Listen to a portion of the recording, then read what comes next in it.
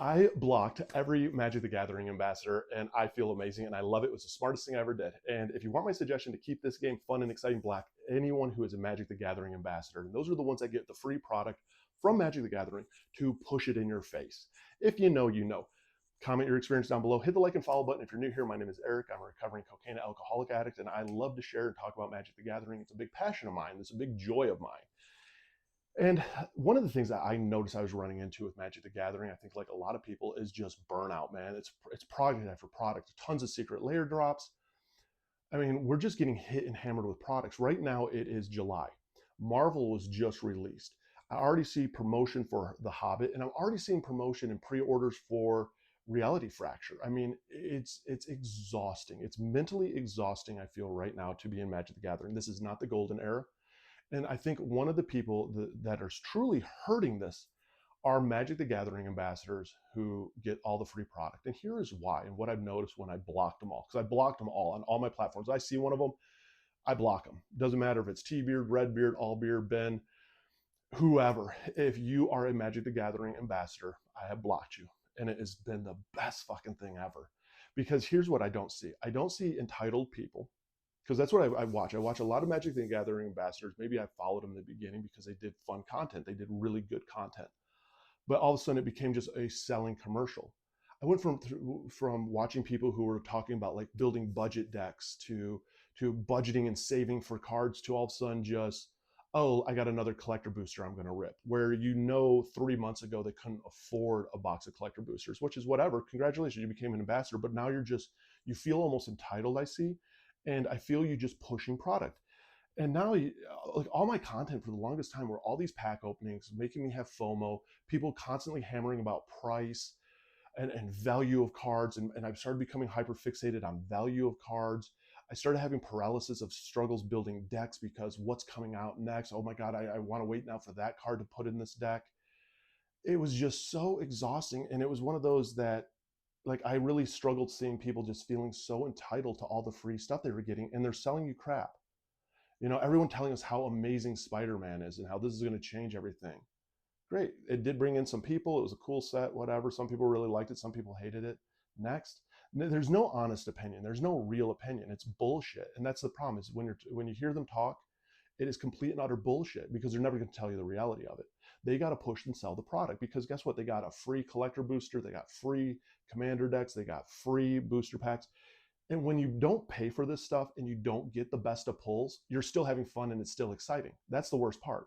If you didn't pay for it, you could have the worst pulls in the world, but still think it's great because you're not out any money versus that feeling when you buy a box and you open it and you're like, oh, and you're feeling sick and you're like, I should have bought singles. That's not portrayed. And that's where blocking them, I'm not seeing this product just constantly push in my face. And then what I see instead and who I followed instead are people who are sharing older cards, people who are sharing deck builds, people who are sharing, the reality of rules, people who share just the fun of what Magic was, not the sale of Magic, if that makes sense. Wizards of the Coast and Hasbro were the smartest people ever to push the product this way. There's different, I would say even communities and classes of Magic the Gathering people. I had to block Ben Bateman, anything with Cassius Marsh, because these people, they don't live on the same reality level as what some of us do who are casual players playing. And I don't want to feel guilty or feel inferior that, oh, I could never really play against one of these people, or, oh, I could never really compete with one of them because look at all these cool cards they have, and they make me almost feel stupid for not having those cool cards, if that makes sense. So blocking them has helped my mental health. Like the best thing I did for my mental health to really rejuvenate myself with Magic was blocking all ambassadors. I don't go out and spend the money that I once was. I am buying a lot more singles. I'm buying a lot more proxies or making proxies. I'm having a lot more fun just with my decks that I have and going through my card collection and adding cards to it and trying to optimize decks. And I'm finding ways to keep it fun.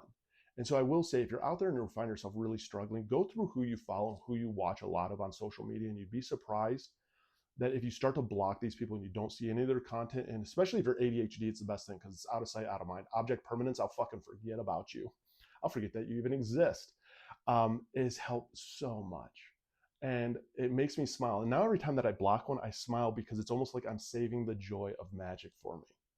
And so I'm curious of what your experience is. I know that, at first it was funny because people were rooting for Magic the Gathering ambassadors even.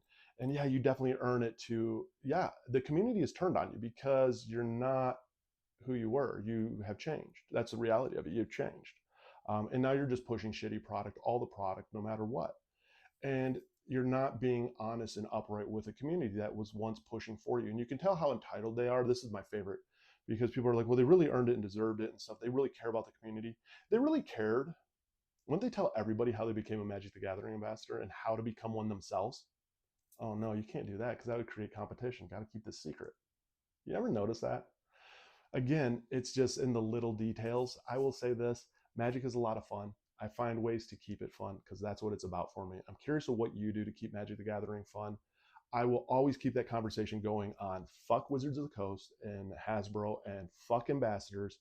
Give us our game back and let us have fun with this again. And if not, well, I know a lot of people with printers and we can print up our own cards and find our own fun, or we just find other games, even like Riftbound, that take care of a community, that actually aren't corporate owned, that know what play is about. And that's where a community starts to go. Because let's face it, even today, inflation's at a high. I mean, our economy sucks. And there's people that struggle just to put gas in their car. So to keep pushing product down our throat, to keep increasing prices, it's not about a community, it's about profits. And that's all it is, where it's profits over people. And so I'm going to keep the game as fun as I possibly can. And hopefully this kind of wakes some people up and go, yeah, maybe I'll go block some ambassadors. You want to see change? Cancel out all the ambassadors. Everybody unfollow them. Don't let them have any views on their video. Don't let them be monetized.